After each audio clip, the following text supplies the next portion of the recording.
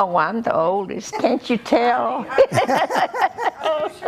I try to be the matriarch, but you know.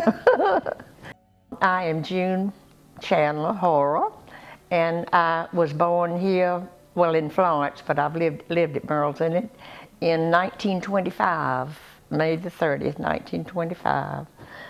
And but I was born in Florence. In those days, there was no hospital or anything else here. You had to go to Florence to have a baby. So my sister and my oldest brother were born in Florence too. And then they had the hospital in Conway, and Joe was born there. But Bill was born at Wachesaw, and my uncle got him out of a stump down there, he told us.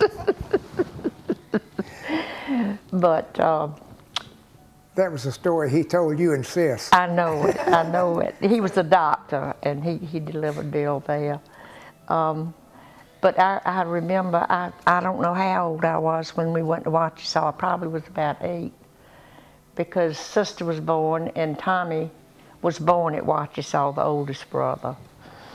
And that was really, you know, during the Depression, Sister had a godmother who Mama had been with over in Germany during the First World War, and she was Sister's godmother. She was also Miss Kimball at Wachesaw. She was her cousin, I think.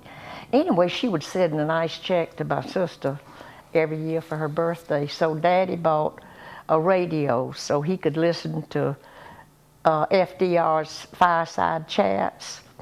And so that was really exciting, because at that point, rural electrification had not even gotten in, and we had lamps to study by.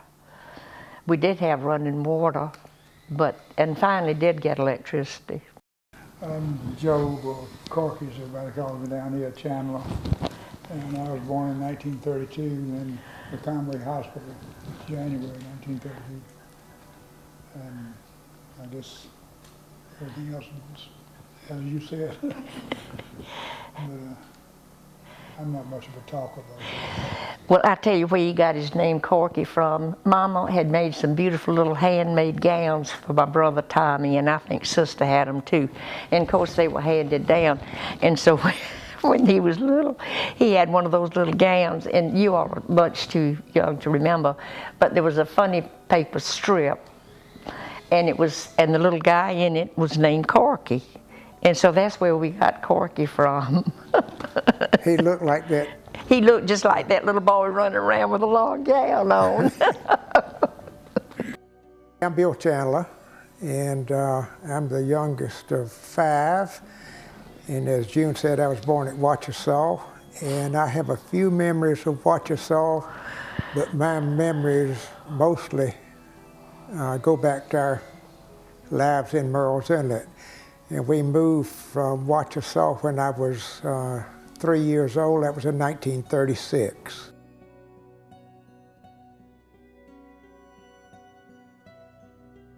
Well, my grandfather had sold Wachesaw to Mr. Kimball, William Kimball, during the Depression. He could not afford to pay his taxes on his property that he had purchased from the ocean over to the river.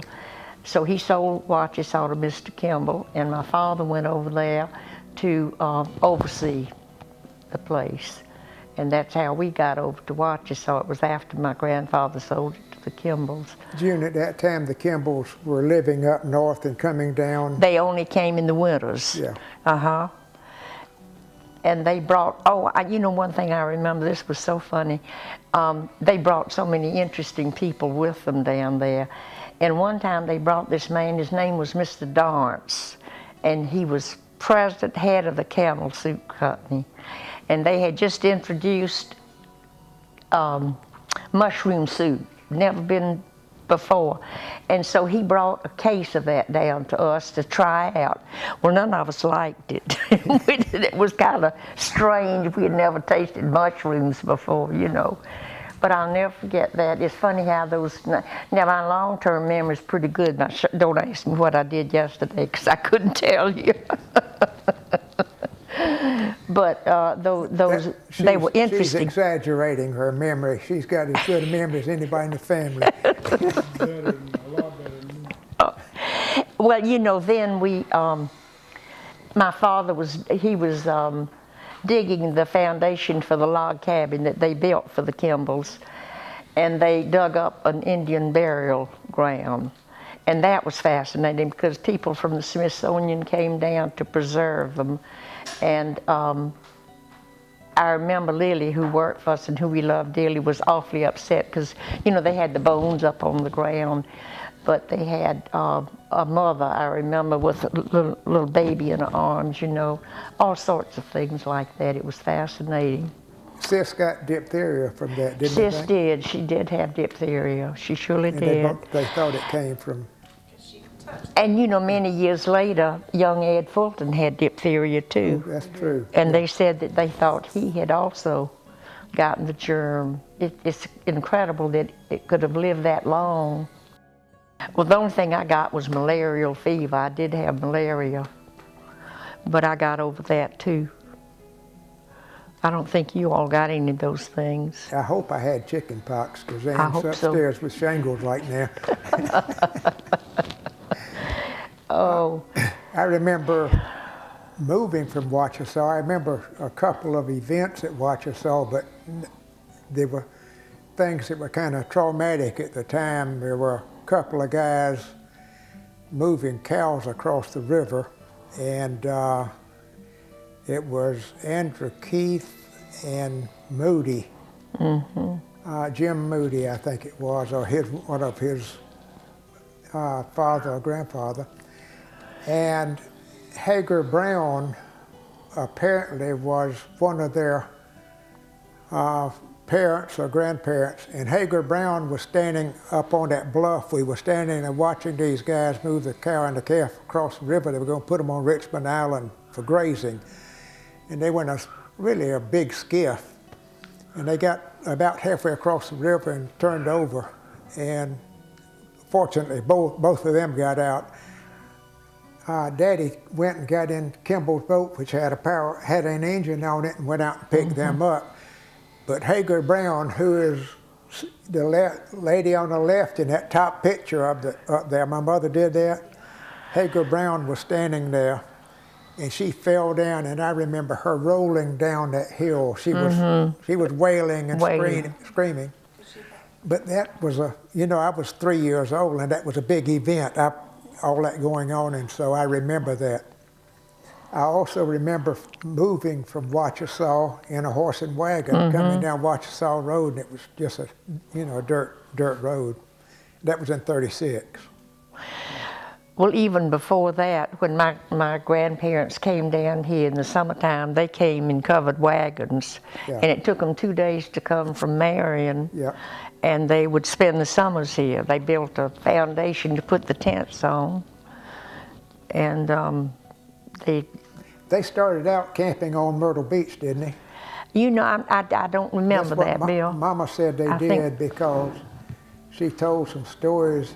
You remember the black lady that came with them, got a moth in her ear one night on the beach? That's right. And but they camped on the beach up toward Myrtle originally, and then one of the Marines brought my grandfather down to Murrells Inlet and exposed him to Murrells Inlet, and so immediately he changed his destination to Murrells Inlet. he went back and said he had discovered the Garden of Eden. Well, Lily and Hager Brown up there were two wonderful role models for us. Oh, yeah. Because Lily would say, children, manners will get you everywhere. And then Hager Brown, when she'd walk in the door, she'd hold her hands up like that and she'd say, bless this house and keep the soul. And those two, and then Hager Brown during when the Depression, and Mama had no money, she paid Lily $12 a month, and Mama got $60 a month for teaching school. So, you know, of course, bread was 5 cents a loaf too. But anyway, Hager would come once a week to get her provisions, and she'd have a stocking, a long stocking, and Lily would give her a cup of coffee and tie a knot in the stocking, a cup of sugar, tie a knot, a cup of cornmeal, tie a knot, a cup of grits, everything that she could put in there and tie a knot in, and Aunt Hager would go home with that, and that was her provisions, and Mama would share that. And then there were a lot of people that we called tramps that came down. You know, the highway was just a dirt road back then from Myrtle Beach. They would come down and they'd stop, and Lily would feed us. She'd take a plate out to them and feed them. And I've heard that they know how to mark the houses, which people, and I think Miss Oliver's Lodge, I think they had her marked, and Mom. 707. 707. Right over here at Knoxtown. Right, I know you've read in the papers about the dispute about Oaks. That's where they live, right there. And Lily lived right in that oak grove, and her grandfather, I think, planted those live oaks. And her grandparents died. Her parents died, and my grandparents had a house in the backyard at the Hermitage, and they raised Lily and her brother and her sister, I think, back there. They Was took Noonie her? No, but her sister Geneva was drowned out here in the creek. But they raised them. One time too, I remember Mama, she had a lot of friends. They were all maiden ladies. I think all of their sweethearts had been killed in the First World War, and Mama was just lucky to find one that hadn't been killed. But anyway, at Christmas time, they would send boxes, and we didn't have much. We had nothing, really. Yeah. Wouldn't have had anything if they had not sent boxes. So Mama, I think she kind of overdid it in a way, but she'd open them, and we could each have one thing. And the rest of the things in the box, she'd take around Murrells Inlet and give to people who had nothing at all. And I remember this one Christmas, she loved Blue Morning Glories. And she had been given, there was a Blue Morning Glory, a beautiful linen tablecloth with Blue Morning Glories on it. Well, anyway, she took it out to give it to this woman back there at Burgess. And when we pulled up in... Floyd, wasn't it? Miss Floyd. Miss Floyd. And when we pulled up in the yard, Miss Floyd was out there cooking her Christmas dinner on a little fire in the yard in a tin coffee can. And she didn't even have a table to put the cloth on, you know. We were always kind of perturbed with Mama giving away, because she did have a table. But things were really bad back then. But I think Mama kind of overreacted to it. Well, Sister, I think, probably got more of it than the rest of us did. Sister would give everything away, you know. Yep. We're a little more careful about that. But Tommy was the same way, the two of them. They were so generous. Moving from Wachesaw, we moved to a house that happened to be in the south end of the parking lot of Divine's Fish House. That's where we lived. And it was a house our grandfather had, and it had previously been a restaurant at one time. And when we moved there, the former occupant was someone operating a restaurant. But when we moved there, there was a pot-bellied stove in one part of the house that or a trash burner that put heat in it. There was no electricity. There was running water from an artesian well next door, and I don't know that we had enough pressure to get in the house. And I think we did have water pressure, but it was not heated. yeah. And June mentioned we studied by lamps, and we had kerosene lamps in the house. And I remember Mama reading us stories by those lamps. And she read us Well, Bill would fall asleep, though, when she got the first paragraph. Yeah. And so then the next night she had to start all over again because Bill had missed most of reading it. us Bambi. Yeah. And when she got to the end of Bambi, I was 3 or 4 and June was about 11, but we all cried. Another thing she did, we didn't have a water heater, and we had a big old tin tub. And Mama would heat on the wood stove water and fill the tub. Yeah. Well, thank goodness I was the oldest because I got to bathe in it first. And then Sister, and then Tommy. By the time it got to them, the water was pretty dirty. The reason we had that order wasn't because June was the oldest. June was afraid that if she got in the water after one of us boys, she'd get pregnant. I did. She did. I did. I used to scrub that bathtub and rinse it and scrub it. Oh, me.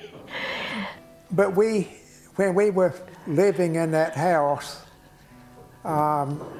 before we moved from there, we got all the seafood we wanted. We got clams, oysters, fish. I was not old enough to do much of that, but we did get all the seafood we wanted. We had a garden across the street, which was about where the Lazy Gator restaurant is, a little bit south, in a lot south of that. And we had a cow, and the cow dragged Lily, because Lily milked the cow, and the cow dragged Lily, so we had to get rid of it. But we had food. Oh, we did. From the creek. We lived out of the creek and the garden. And the boys would kill squirrels. Oh, yeah. And Mama would parboil the heads and cook. And she'd take the brains out and mix the brains with eggs and scramble them. And she told us if we'd eat those, we'd be real smart.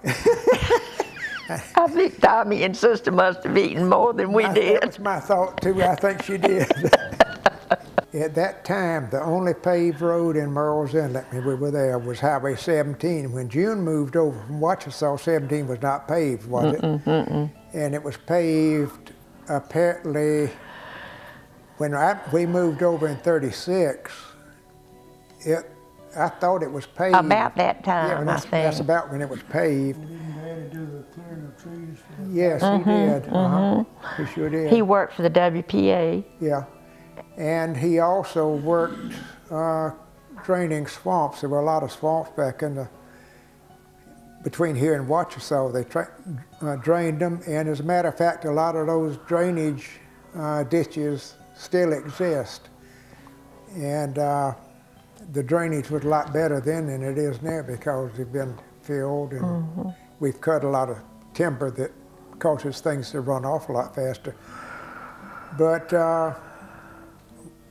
I would imagine we wore some of June's hand-me-down clothes. You probably did. Because that's the way it went. Mama had friends that we called aunts. It was Aunt Carrie, Aunt Leila, Aunt Mary, and who else? Help me. And Kate Howard. Kate Howard, yeah. She was Johnny By's aunt, or his wife's aunt. But yeah. they all brought. They were Mama's maiden lady friends. They were, and they brought clothes and things, and so we didn't, that's what we wore to school. We did. And we rode the school bus to Myrtle Beach, and it was until I got out of high school, we rode the school bus to Myrtle Beach, and it was a 12-mile run up there. We'd ride a school bus from here to Myrtle Beach and not pass a car. Bill and Corky and Tommy and Sister, I was always ready for the school bus, but they usually weren't. And so Mama would throw them in the car and chase the school bus down the road. And she'd pull up ahead of it. And the kids would stick their heads out of the window and they'd say, Mama used to call us her little God blesses because she couldn't remember our names. And they'd stick their heads and say, here comes Miss Chandler and her little God blesses. And we'd jump out of the car. And Now, June was a little inaccurate there. She said she was always ready, but really, she went to Columbia before, while I was still in grade school, with one of our aunts in Columbia. And the reason for that was Mama was afraid June was going to take up with some of the kids around here. She was always kind of out there. And so I was in love with a sailor. You were in love with every guy that came around. and so she went up and stayed with Miss Eunice Stackhouse in Columbia and went to high school there. Yeah. And I don't remember you riding the school bus. You said you were always on Well, that time. was just 1 year that I was up there, my senior year in high school. Oh, I thought you were up that whole time. Oh, no. Okay. No, just 1 year. Sister tried to make you believe that because she tried to make you believe that she raised you all. You turned out so well, but I helped too.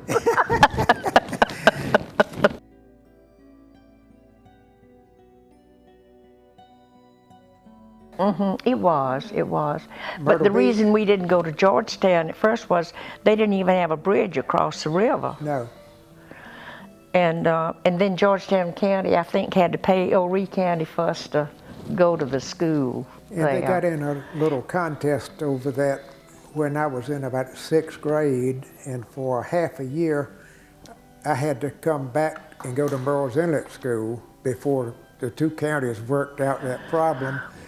And I went from the Myrtle Beach School to Mrs. Grant's school, which was in what's now the community center. And Ms. Grant had different rows set up, and it was 3rd grade, 4th grade, 6th grade, 7th grade by rows. And she would go give a lesson to one grade and she would leave them. She'd go to the next one, to go to the next one, to go to the next one. And so the counties worked that problem out. We went back to Myrtle Beach. But one thing I want to say, June mentioned a radio that we had. They had a Philco radio that was about this high. My father bought that, I guess. And when we lived at the Inlet here, Joe was always mechanically inclined on things. And he took that radio apart, all the way apart, and you know, he never got it back together. But that old house we moved in, they had run some power lines in the house, but it was not hooked. Well, it was hooked up at this time. And one day Joe decided to run a line from the attic of that house out to a Christmas tree. And so Sis and Tommy decorated this Christmas tree. Joe ran the line out there, and the line he had, the electrical line, happened to be an abandoned telephone line that the boat company ran to Luther Smith's Landing, because that's where they were running boats out of from Luther Smith's. And it was not a good electrical line. As a matter of fact, the insulation was gone in it. Well, Joe ran it out there and they hooked it up. The ground was wet out there, and Joe got ready to disconnect it, and he grabbed that line, and that AC current grabbed him and he couldn't turn it loose. And he started yelling, "Oh God, I'm dead, oh God, I'm dead." And as he did that, I remember him jump. Every time he hit the ground, it shorted, and he jumped, and he jumped. Well, he'd been around a lot of these guys at the boat company, and they had right rough language. And so Tommy was standing there, and Tommy said, "Corky, turn it loose." He said, "I can't, the goddamn thing's holding me." And Tommy jerked it out of his hand. I had to tell that story because my mother tried to get me to tell it to the Genevieve Chandler book club when I was in high school, and I couldn't tell it that way.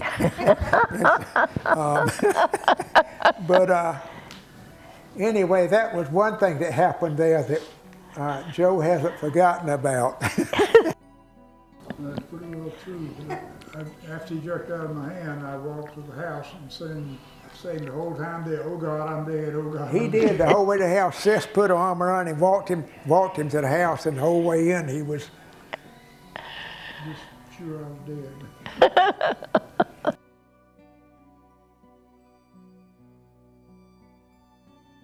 She was collecting the slave narratives for the WPA, and she used to take Sister with her. Sister had rheumatic fever, and she always thought it was psychosomatic because my father had died and left, and she was afraid to let Mama get out of her sight. So I think she pretended to be ill, and Mama would take her with her. So she was, she went with Mama and heard those stories. And She stayed out of school a year, didn't she? She did. And it was so neat. I remember Miss Buxton, Captain Buck's wife. They were from the Methodist Church at Murrells, Inlet, and they brought this big box to Sister, and it was a little thing would hang out with a little note on it for each day in the week for about a month, and each of them had tied a little gift to it, so Sister could pull out a little gift every day. That was such a neat thing. Captain Buxton had been Bernard Baruch's boat captain. He came down here from New Jersey, and we were all so fond of him. And oh, that reminds me of my diary. I don't know why that diary I kept. I can't find it now, but I used to keep a diary, and I'd always ended up with "Thank God for a beautiful day." And this day, I said, the little Vic boy was killed by a Yankee car on the highway. Thank God for another beautiful day. But that was before it was paved too.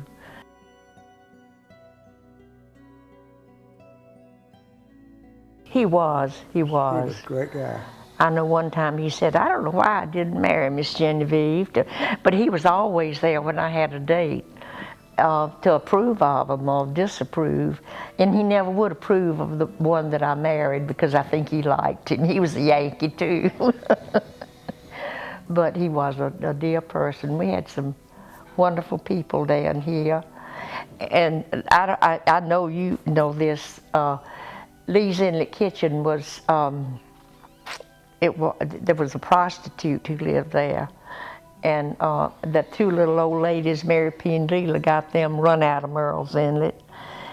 But this was before that. I know Mama was teaching school back there, and this wagon came down in front of the school, and they had a pine box in the back, and no one was with it. And it was a local prostitute. She had died, and they were taking her to bury.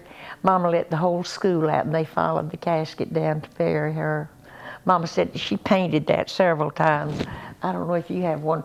She called it the poor funeral. She said it was the poorest funeral she'd ever seen, and I'm sure it was. That was before the Depression, though, I guess. Actually,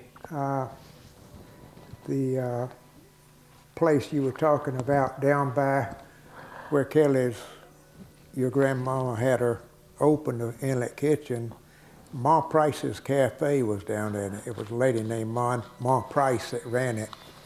And of course I was little, I didn't know what was going on in there, but I do know they had speakers on the outside, big speakers. And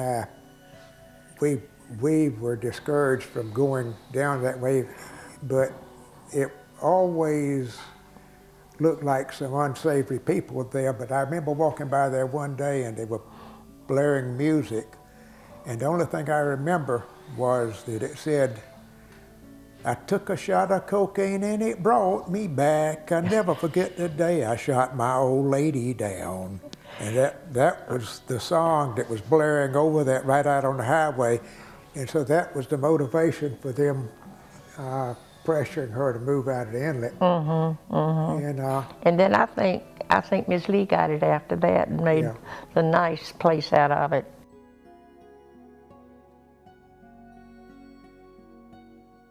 They had a lot of milk, and they drank nothing but beer, and they'd give you boys the milk. How do you know? Because I They heard. might have given us some of the beer. Well, they may have. There were about 70 or 80 guys that were in what we call the boat company. And it was an old barracks building that was formerly an FFA camp.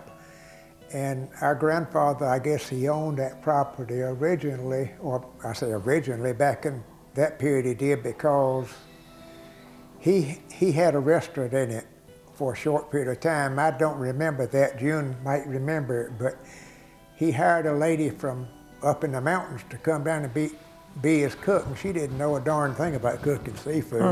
And so it didn't last very long. But then when World War II broke out, they built that pier, and the boat company used that building for their barracks. And we were friendly with them. And they would, 2 or 3 of them were always coming down to the Hermitage to visit, to see June and Sis.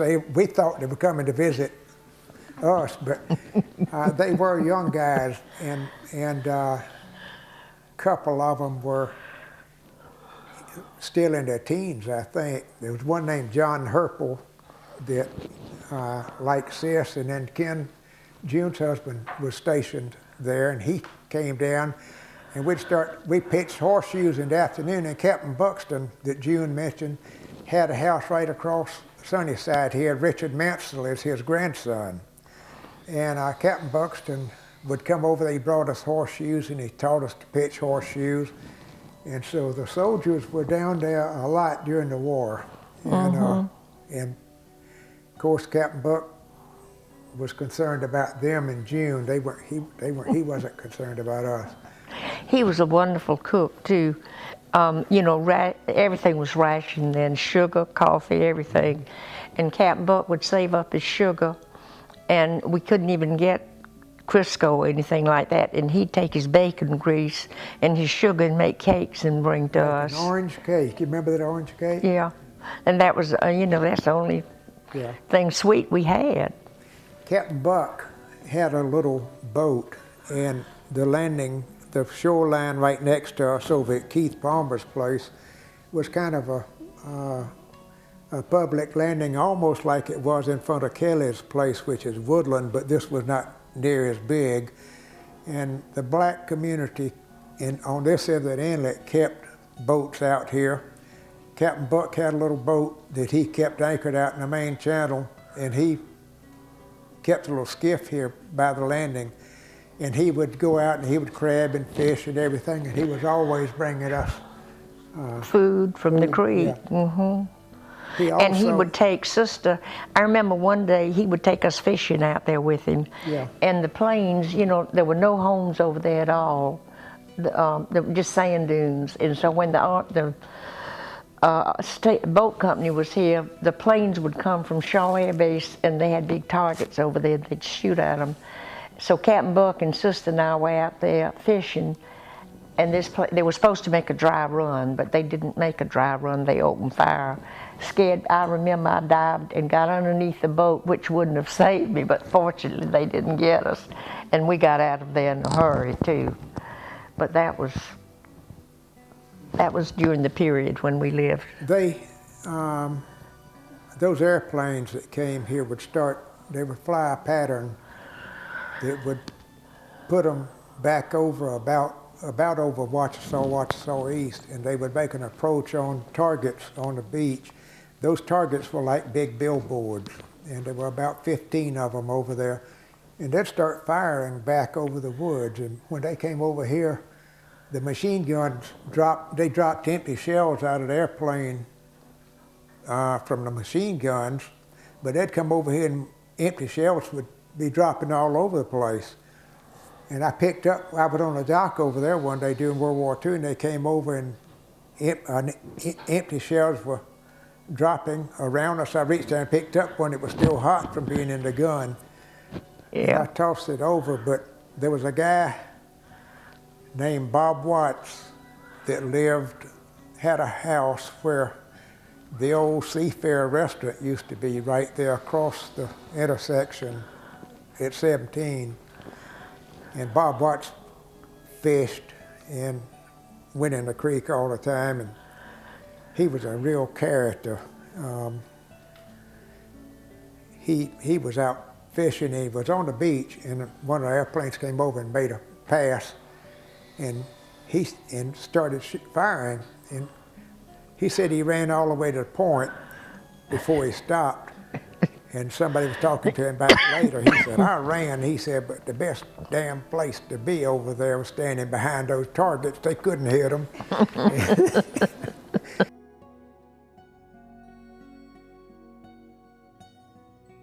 They did. House that was on this lot. There was a house here that our grandfather sold to the Peterkins, and I got a picture of it over there, but it had a A-frame. And they started shooting cannons out of the nose of those B-25s that were flying. And it was 75 millimeter cannon. The empty hull was about this long, and they'd fire them, and the whole front of that airplane would be engulfed with flame when they did it. And they fired, and one of those cannon shells came through the gable and went out through the roof on the Peterkin house that was here. And Julia Peterkin went up to Shaw Field and talked to the base commander about it. And he said, I tell you what, said a war is going on, and said we need practice areas, and if y'all complain again, we're going to move everybody out in Murrells Inlet. And so, needless to say, that quieted down. But they started shooting rockets out of those airplanes after the cannons, and the rockets were just like the sky rockets you buy and shoot. They had no guidance on them, but they could ignite them from a plane, and they'd come over and they'd fire those rockets, and half of them would hit in the marsh, and half of them go in the ocean, and some of them would go on the beach. And we were out one day rowing in the beach, and some of those rockets hit between us and the landing. You might have been with us. That's in Dean McMillan's boat. We were rowing out there. But during the war, it was just a different place. There was nobody down here unless they had a need to be here.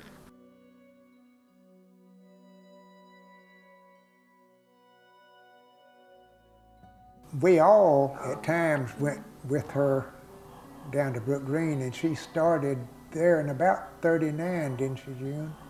Let's see. We got here about 39, 38 to 39. Yeah, because we got here in 36, and she was already writing magazine articles, I think, at that time. And I know I went to Adelia with her to interview the Huntingtons. A guy named Robbie Oliver had the job in the Brookgreen as custodian for the museum, and he hated it because nobody came in the wintertime. He was just sitting all the time, and so Robbie Oliver told her how he felt about it, and she said, well, do you mind if I applied for the job? And I went with her down there, and we went into Adelia, and what I remember about that, Mr. and Miss Huntington were there, and we walked into this, what it seemed to me to be a big room, and there was a sideboard there, and there was a bowl of bananas on top of that sideboard, and when I walked in, I locked on those bananas, and Miss Huntington peeled off a banana and gave me a banana. Years later, after I moved back here, and incidentally, Joe and his wife, this is another story, he can tell you about this in a minute. They lived at Adelia for 2 years. But anyway, when I came back here, I went to Adelia looking for that big room. And there's not a big room in Adelia except her sculpture room, but I was little and it seemed like a big room. And there was a fire in the fireplace. But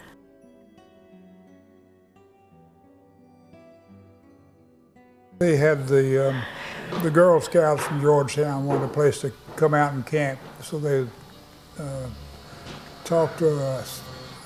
I guess the Huntingtons, I'm not sure who it was, and got a permission to use that as a kind of a campsite for the girls. And they'd go there, and they had these iron grates around the windows and all, and the boys would come down there and climb up on the gates and get up on grates and get on top of the roof and scare the girls, so they didn't like that. So they wanted a caretaker to stay down there, and my mother told them that she knew the perfect couple, so she got me and my wife to move down there, and we had 2 babies. One was about 2 years old, the other was just about 6 months old or so when we moved down there. So we about froze to death the first year. All I had was a fireplace, and that castle was all brick, and it got cold and wouldn't, it's almost impossible to warm it up. So finally, the next year I got a big space heater, and I was able to knock holes through the walls. I built a ductwork, and I could blow the heat around, and it was fairly comfortable. And so we lived there for 2 years like that, and it was really a different place. I had an old Model A Ford, and we were able to drive down the beach and over the sand dunes, and we really enjoyed it. There was nobody around. You know, none of Litchfield was there, nothing. Just us vagrants living in the Atalaia. We thoroughly enjoyed it. People can't believe that we're down there now. They go down and say, well, we lived in the Atalaia, and they say, my gosh. But it was a lot of fun. One time Mama had taken Corky and Tommy and Bill, I guess, to Brookgreen with her to work. And I don't know where they got it. They must have taken with them. They had some fish lines and some pieces of bacon. And they went in those ponds at Brookgreen and caught a bunch of big, pretty fish. Bass, You remember that? And of course they put them in the trunk of Mama's car, and Mama would have been horrified if she'd known it. But anyway, and of course by the time she found out about it, it was too late to put them back in the pond. They were dead. So she took them home and cooked them for supper. I'm sure Frank Tarbox had nightmares of us coming down there. I'm sure he did too. And then I remember when Brookgreen first opened, Dr. Flagg had not sold all of that property to the Huntingtons. And Mama used to go to see him like at Christmas and Thanksgiving and took us with her. I remember that. You remember that? Yeah, And they had Flagg, a stile over the fence, you know, that you climbed over. Because I think he had some animals, I guess. And we used to go in there to see him, and he had his whole family was washed out during the 1893 storm. And he saw them all washed out to sea, and he said he'd never go back and look at it again. But Tom Duncan was his helper there and lived with him. And he had a skeleton in his closet there he used to show us. And he said, he used to tell us it was his nurse, but I'm sure it wasn't. I don't know where he got it. Probably for, you know, to be a doctor, he needed to know the bone structure and all. And he had a long beard. Oh my gosh, he looked like Santa Claus, didn't he? And that was, I'm trying to think when Brookgreen opened. You all probably remember the date better than I do. But this was during the Depression when we would go there and take him food. It was, must have been about 39 or 41, somewhere right No, now. it would have been earlier than that. Well, Daddy died in 36, so it had to be after that. Yeah. Yeah.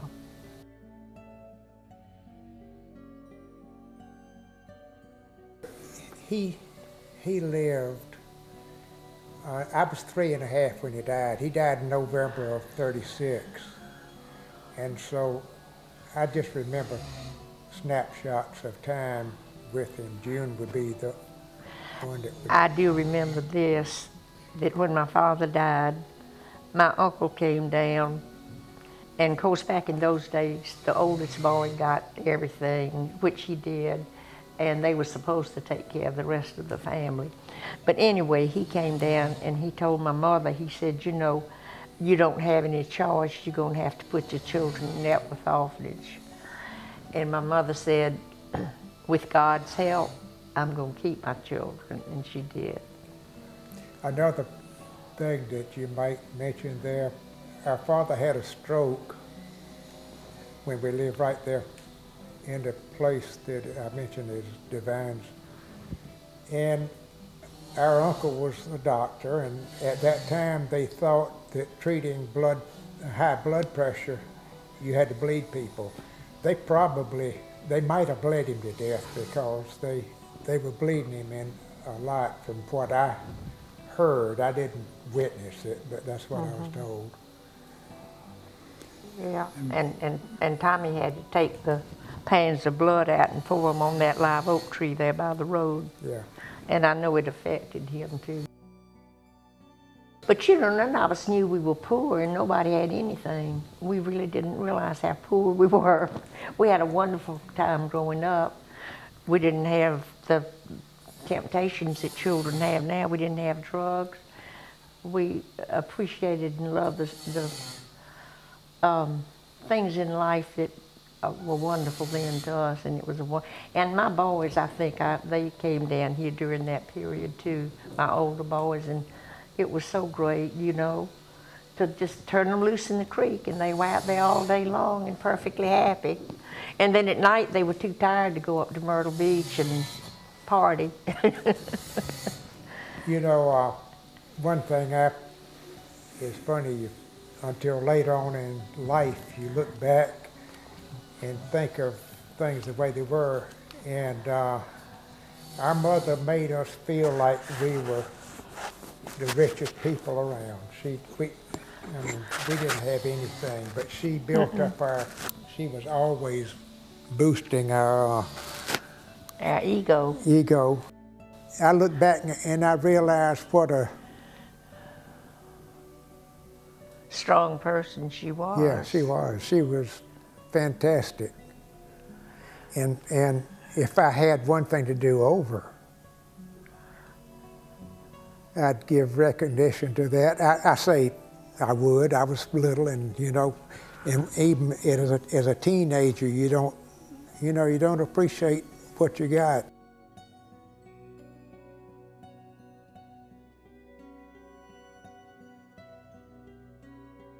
Well, you know, she studied art at the Art League in New York, and then she studied in Liverpool, England.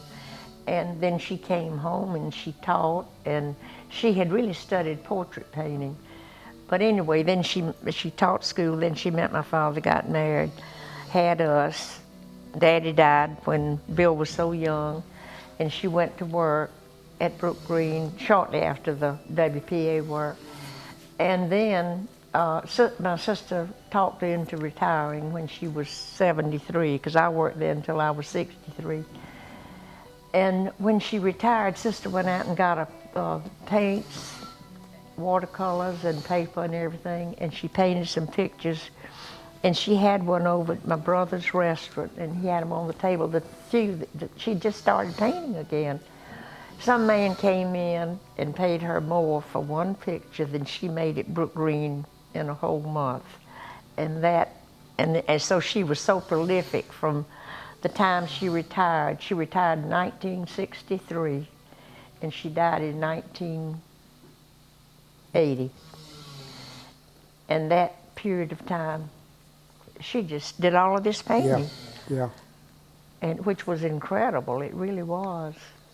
But she said that she wanted to preserve the memories of the Wachesaw Neck for her children and grandchildren. And she did. Yeah. During World War II, people that had power boats, engines and stuff, outboard engines particularly, here didn't have anybody to service them, and they couldn't buy parts, couldn't buy new engines. They used to bring them to Joe to fix, because he liked to do it. And of course, he was very mechanically inclined, and there was a guy here, Edward Grant, and Edward's dad had a power plant at their house. And Edward always had something going on, and Joe hung around Edward a lot, and a lot of it rubbed off on Joe too, I'm sure, and then kind of helped him in that direction. But then Ken came back from the war, and he married June, and Ken went into engineering. He was down at Citadel. And so Joe's interest in mechanical things and Ken's influence led Joe into engineering. And because they both went into engineering, I went into engineering. And I think that started with Joe's association with Edward Grant, and then Ken's coming back. But it was good influence. And Captain Buck, too. He was a wonderful influence, Yeah, too. Captain Buxton used to build boats for people locally, and he had also been a hunting guide and a boat captain for Bernard Baruch. And because of that, he had a stash of shotgun shells up underneath his workbench over there. And during the war, you couldn't buy any gun shells or thing. And Tommy and I, I guess more than Joe, we loved to hunt. And Captain Buck would give us a couple of shells now and then. But he was also building boats, and we'd stand around watching him build boats. And later on, when I was in Texas, I built a boat with our oldest son, and I'd have never done it had I not been exposed to that. And Chip since has built boats with his son, so all that influence from Captain Buxton was really, really good. They had a little motorcycle, and and Tommy and Corky and Bill, and I think the old dog Bub and the gun, and they went up there on the property at the air base hunting, and I was secretary to the provost marshal, and they were brought in, and I've never been so embarrassed in my life. An interesting story associated with that. Tommy had what was called a service cycle, and it was a big motorbike on a motorcycle frame. And Joe and Tommy and I would all three get on that. We'd have 2 dogs and 3 guns, and we would run down the highway, and we'd get over on the beach and run up the beach to ponds that were in behind Platts. And when I was in Houston, when I was working for NASA, I got involved in field trials, retrieval field trials, and I got involved with a guy. He was a physicist there at NASA, and his name was Blaine Murray, and he was from Pocatello, Idaho. And one day we were dog training, and he asked me where I was from, and I told him. He said, you know, he said, a guy moved across the street from me in Pocatello, Idaho, and he used to tell this story about 3 kids coming by on a motorcycle going and shotguns and dogs. And I looked at him, I said, how did Blaine hear that story? And there's only one place he could have heard it, was from his neighbor. And he lived at Garden City, and he would see us riding by. And so that story went to Idaho and came back to me in Texas. Well, didn't you take your guns to school with you on the school bus? Tom, yeah. So, yeah. We'd take guns to school on the school bus, and sometimes we would get off and hunt coming home. And people think that's stretching it a little bit, but when I was at the University of South Carolina in 1959, I was taking a class in public speaking because I was petrified standing up talking in front of somebody, and I thought it might help me. And I was about to flunk the course, and one night, it was an evening class, and one evening the prof said, next week when you come in, I want you to talk about something you like to do. And I said, whew, and immediately I thought about duck hunting.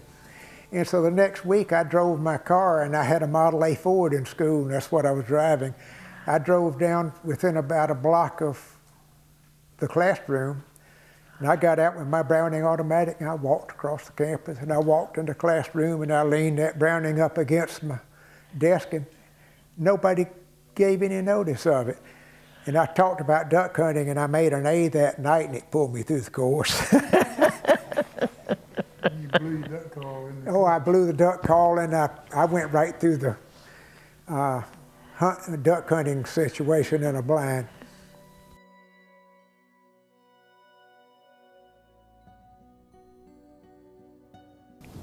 I talked to one of the daughters about buying a piece of property from them, and they said, well, heck, we'll give you the Hermitage if you'll move it away, because they just want to sell the property. So I got it from them and moved it to some property I had back in the woods and Took 9.5 years renovating it because it was in pretty sad shape. And it's turned out very good now. And built a spiral staircase and a curved staircase. It really looks good. But everybody's wanting to come see it now, which I don't know. My uncle used to have an open house there, and he would talk to people on the porch and tell them ghost stories. And I'm just not that way, so it's not something I want to do. Anyway, it's a very pretty site now that it's kind of gotten landscaped and everything. Julie, there's a story to be told just about what they did moving that home and what he and Ann did remodeling it. It was a tremendous piece of work, and it's really a great place now.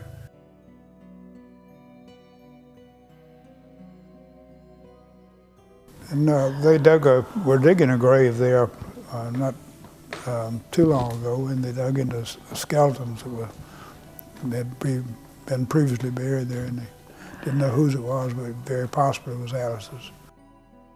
I lived in Conway at the time. We drive down there, we were renovating it, and I'd open the door and I'd say, "Good morning, Alice." Never heard her speak back to him, but anyway, I'd have to, in the night, after we were leaving, I'd have to go upstairs to turn the lights off, and boy, the hair would just stand up on my arms and on my neck, and I just was sure Alice was going to grape me on the stairs there. But she never did, thank goodness. During World War II, I went for one of the guys, John Herpel at the boat company, had a month's leave, and I went home with him to Ohio. It was the first time I'd ever been out of state, and stayed up there during the month. And we started back, and his dad died on the way back. The Red Cross got in touch with us on the train. We were on a train, and so Herpel had to go back, and I was probably 12 years old. And so about halfway back, I came on back by myself, and I'd never been out of state of South Carolina. Of course, I was on a train somewhere up in Virginia, coming on back, and people were helping me. And I got into Myrtle Beach on the bus at about 12 o'clock at night, and the bus was coming on going to Georgetown. And so I knew everybody was home, and we were living in the Hermitage. So I got off at the entrance to the Hermitage, which is right by right on this side of Bovines. And it was pitch black dark, and so I walked up the road going to Hermitage like this, just cracking my fingers every now and then, because I knew Alice was in front of me. And I went all the way up the avenue to the house that way. Well, I knew everybody was gone. You talk about your hair standing up on your neck. I went inside like this. Well, Joey and I slept upstairs in the room that Alice died in. And so... We call it the ghost chamber. Yeah, and so I went upstairs just like this. Just a little slit, and I knew she was right there, just waiting for me to move my hand. And so I got up and spent the night in the ghost chamber by myself. And the next morning, they had been in Conway visiting Minnie Jensen, who was a cousin, and they came home. But we had some interesting times there. Well, I remember one time trying to frighten a house party there. My aunt and I tied some chains to our ankles, and we clomped down the stairs. And we had turned the switch in the back so they couldn't cut the lights on, so it was going to be dark. And I jumped out of the back window to get away from the chaperone who was with the girl. And I landed in some cactus plant and had cactus all in my bottom.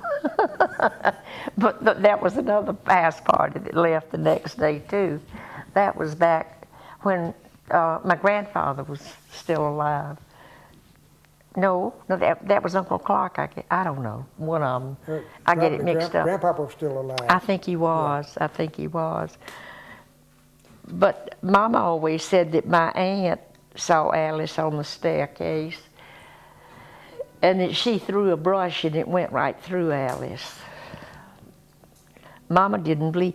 And you know, another thing that they did, and I think this is incredible, my mother and I think some of the Dusenberry ladies, they had a round table, and they could put their hands on the table and around it and touch, and they could make the table walk. And my mother got on the table, and Daddy was with Daddy and Mama, and I think maybe Carrie Dusenberry and Mamie, and Mama said, and I know she wouldn't have lied, she said it walked down the steps at the Hermitage with her on it. So. Sis was on the porch at the Hermitage one evening during World War II, and there were, Ken might have been there, John Herpel from the boat company was there. Yeah. And we had a thunderstorm. Sis was in a hammock out on the porch, and Sis could see down the avenue going down toward where June's and Sis's house is right now. And the lightning flashed, and she saw something white in the road. And every time the lightning would flash, it got a little closer. And the road at the end turned into a circle, which is a circle where it is right now in the Hermitage property there. And when it got there, the lightning flashed, and the white apparition, which looked like it could have been somebody, started around the other side toward the water, and Sis screamed. And when she screamed, I ran on the porch, and I saw, and she was pointing to it, and I saw it. And it just eased down and went away. But I saw that, and Mama said she saw something in the back hall of the Hermitage. And so, you know, if you believe in a spirit world, you got to believe in ghosts.